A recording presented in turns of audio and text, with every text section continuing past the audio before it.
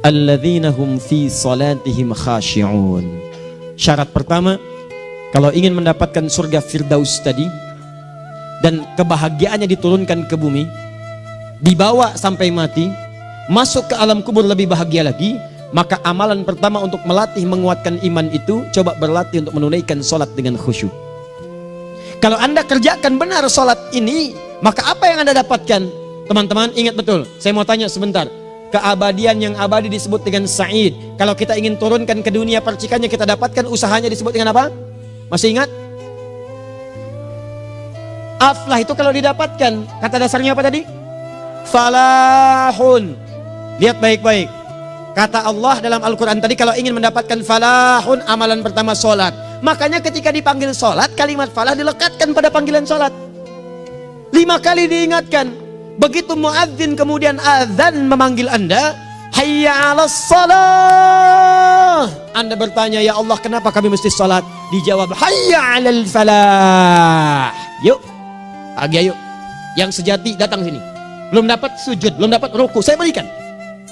Makanya ketika orang sholatnya benar, dia akan mendapatkan 5 keutamaan. Saat di dunia nih, belum ke akhirat, 5 keutamaan yang tidak diberikan pada orang yang tidak sholat. Atau orang sholat tapi sholatnya nggak khusyuk.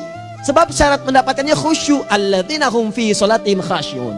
Bukan alladzina hum fi sholatihim saja, tapi ada kalimat khasyi'un. Artinya yang tidak khusyuk saja nggak akan dapat, apalagi yang nggak sholat. Apa yang 5 ini? Lihat baik-baik. 1. Orang yang sholatnya benar, pertama kali sebelum mendapatkan kebahagiaan hakiki dari Allah Subhanahu wa Ta'ala, akan dirubah dulu perilaku hidupnya menjadi perilaku yang lebih baik. Kalau orang itu sholatnya benar, maka sholat itu akan melatih dia untuk berubah, bertransformasi jadi orang baik. Itu ada di Quran surah ke-29 ayat ke-45. Innas sholata tanha anil fahsya'i wal munkar. Sumber keburukan cuma 2, kalau bukan fahsya itu munkar. Maaf, pornografi, porno aksi, LGBT, kata-kata jorok, kotor itu fahsya.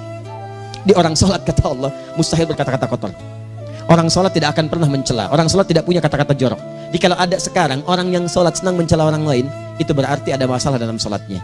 Dan dia belum dijamin sebagai ahli surga terbaik. Dan hidupnya nggak bahagia. Nggak bahagia. Aneh nih. Sholat tapi senang celah orang. Aneh. Aneh.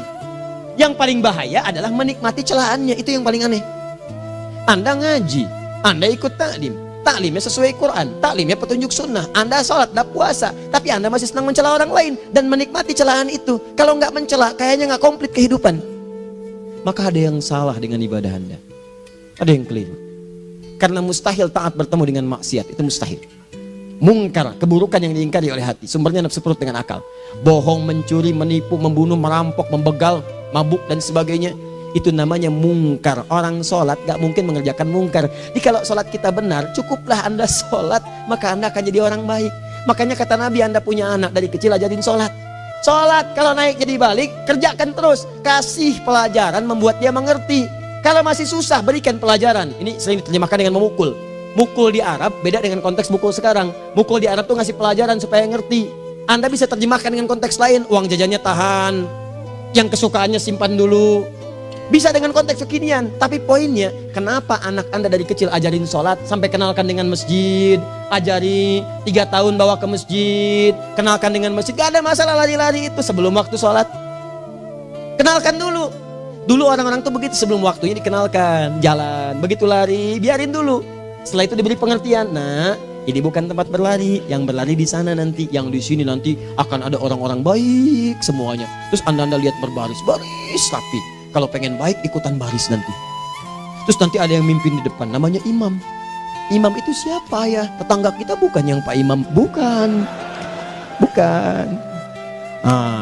Kalau tetangga kita namanya Imam S. Arifin. Kalau yang ini imam sholat namanya. Imam sholat itu nanti akan pimpin menyembah Allah. Allah siapa ya? Allah itulah yang memberikan ayah rizki.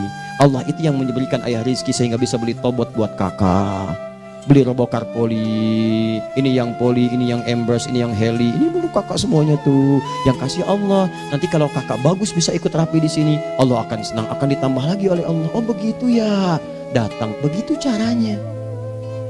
Ini bukannya waktu sholat belum dikenalin tadi bawanya main-main di masjid. Bahkan ada yang agak repot lagi, di rumahnya susah diatur, dibilang, kamu ini susah diatur, main sana ke masjid, disuruh main, ya main di masjid. Yang salah bukan anaknya, orang tuanya.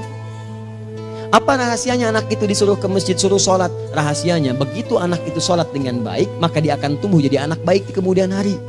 Itu maksudnya. Nah, sekarang saya agak bingung ini, pendidikan TK sekarang salah sih enggak, cuma saya agak bingung mikirnya. Ini anak belum diajarin sholat, udah diajarin manasik.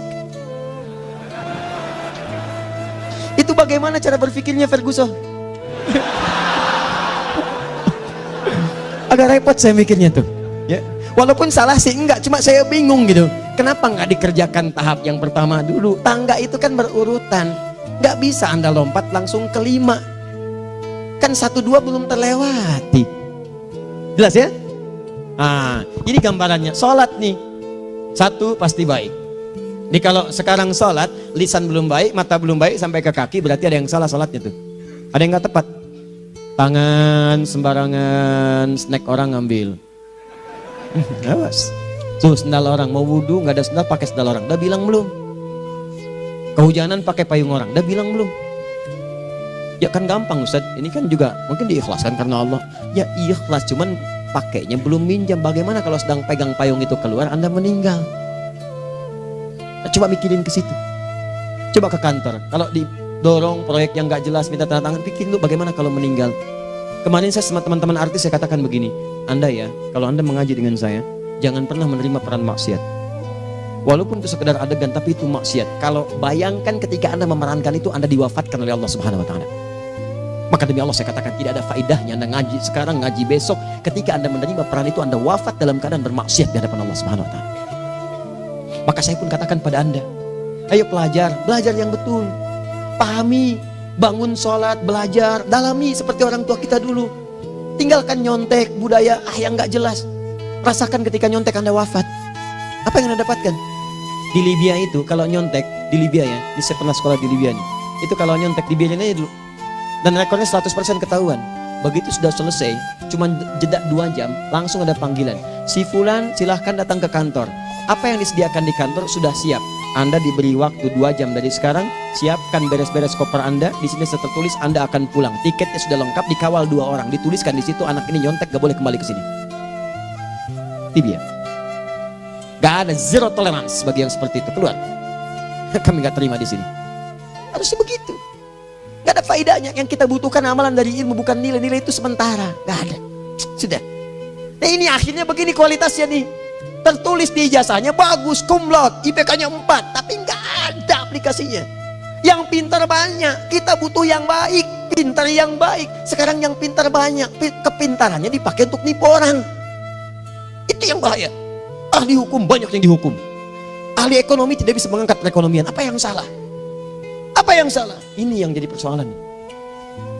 Tapi dasar manusia, begitu di sidang mulai pakai peci, pakai baju koko, pakai tasbih, dan pakai kerudung. Luar biasa. Nih 2. Orang kalau sholatnya benar, Allah akan berikan ketenangan dalam jiwanya. Tenang hati. Jangankan musibah kecil, musibah paling besar pun tenang aja dia. Tenang, dia paham rumusnya. Allahu Akbar. Turun Quran surah ke-13 ayat ke-28. Ala bidzikrillahi tatmainnul. Yakinkan pada dirimu, zikir kepada Allah membuat hati tenang. Di antara turunan zikir amalannya adalah sholat. Dari mana taunya? Quran surah ke-20 ayat ke-14. Innani anallahu la ilaha illa ana fa'budni wa aqimis salata li dzikri. Saya Allah, kata Allah ke Nabi Musa. Tidak ada Tuhan selain saya, sembah saya. Bagaimana menyembahmu ya Allah? Tunaikan salat sebagai zikir kepada saya, zikir. Nah, maka kalau Anda sedang tidak tenang, ayo ke masjid. Banyak zikir itu, baca Quran zikir. Quran surah 15 ayat 9. Inna nahnu nazzalna dzikra. Kami turunkan Al-Quran sebagai zikir. Jadi kalau Anda sedang baca Al-Quran, Anda sedang berzikir. Ibu kalau sedang nggak tenang, Bu, gelisah, nggak enak, nggak usah mengeluh, apalagi bikin status gak karuan. Ibu wudhu, ambil mushaf baca. Begitu sedang baca ada ketenangan dalam jiwa. Berdoa, zikir. Kalau sedang nggak tenang, besok ada proyek, doa dulu. Doa itu memberikan ketenangan. Makanya doa disebut dengan zikir. Quran surah ke-7 ayat 205. Wadhkur rabbaka fi nafsika tadarruan wa khifatan wa dunal jahri minal qaul. Ayo berzikir, minta kepada Allah dengan segenap jiwamu, mohon dengan penuh ketawaduan. nanti ketenangan diberikan. Menghafal Quran, baca itu zikir. Quran surah ke-54 ayat 17, 22, 32, 40. Walaqad yassarnal Qur'ana lidzikri fahal mim mudzakir. Menyebut nama Allah, Asmaul Husna itu zikir. Sedang ada persoalan, ya Allah, ya Allah, ya Allah, ya Rahman, ya Rahim, ya Malik, ya Qudus, ya Allah, ya Allah, ya Allah, ya Allah. Zikir. Dalilnya Quran surah kedua ayat 152. Fadhkuruni adzkurkum. Sebut namaku, zikir. Apapun akan mengingatmu. Gimana menyebutnya? Ditafsir di Quran surah 17. Ayat keberapa? 110. Qulid Allah awid Rahman ayyamma tad'u falahul asmaul husna. Sebut nama Allah. Itu menentamkan pada jiwa. Sedangkan sholat gabungan dari semua zikir tadi. Bukankah dalam sholat Anda baca Al-Quran? Bukankah dalam sholat Anda menghafal Al-Quran? Bukankah dalam sholat Anda berdoa? Bukankah dalam sholat Anda istighfar? Anda mohon digabungkan semua itu. Amalan sholat menggabungkan semua jenis zikir. Masa Anda nggak tenang juga? Makanya sholat, jangankan sholat ya, tempat sholat itu yang menenangkan. Tempat sholat, tempat paling tenang di muka bumi.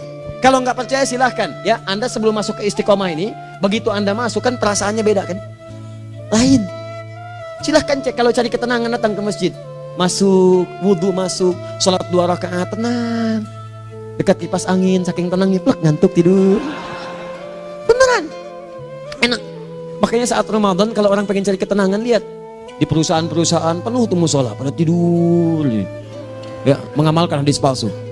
Ya, dia musoim ibadah, tidurnya orang puasa ibadah, hadis palsu. Nah, itu teman-teman. Itu gambarannya tiga. Orang yang salatnya khusyuk benar, itu dijamin langsung oleh Allah Subhanahu wa taala akan dimudahkan semua urusan hidupnya termasuk rezekinya. Ini yang saya katakan.